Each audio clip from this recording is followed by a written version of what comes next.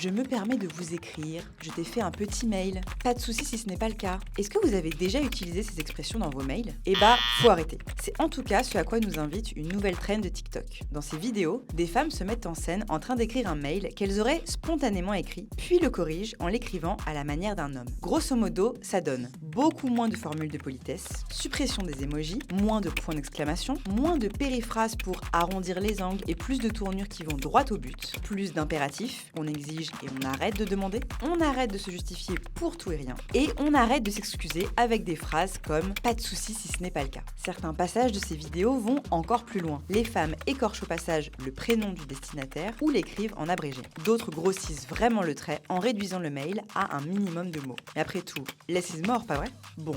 Mais c'est quoi le message derrière ces vidéos? Eh bien, c'est de faire prendre conscience aux femmes de tout ce qu'elles glissent inconsciemment dans leur mail professionnel et qui les dessert. Soit parce que ça leur fait perdre du temps, de l'énergie ou même de la crédibilité professionnelle. Tous ces détails trahissent en fait plusieurs syndromes qui touchent les femmes au travail. En premier, le syndrome de l'imposteur, un sentiment d'illégitimité qui nous amène à passer notre temps à nous excuser. Il y a aussi le syndrome du grand coquelicot qui fait qu'on minimise notre travail et qu'on a tendance à se faire toute petite. Et puis, le syndrome de la Miss, que l'autrice et spécialiste du travail des femmes décryptait pour nous. L'envie d'être appréciée, d'être perçue comme la fille sympa. Mais alors, comment on fait pour lutter contre ces biais de genre qu'on a intériorisés en tant que femme? Eh bien là aussi, la coach Lucie Quillet nous éclaire. Arrêtez de vouloir être trop vertueuse et d'avoir trop de scrupules. Du coup, quelques tips de la coach à emporter avant de partir. On fait des phrases courtes pour ne pas diluer le propos, on met le jeu en sujet de nos phrases pour rester la personne d'action, et on arrête d'utiliser des termes qui dévalorisent ou minimisent notre taf. Alors mesdames, vous vous sentez prêtes à adopter cette trend?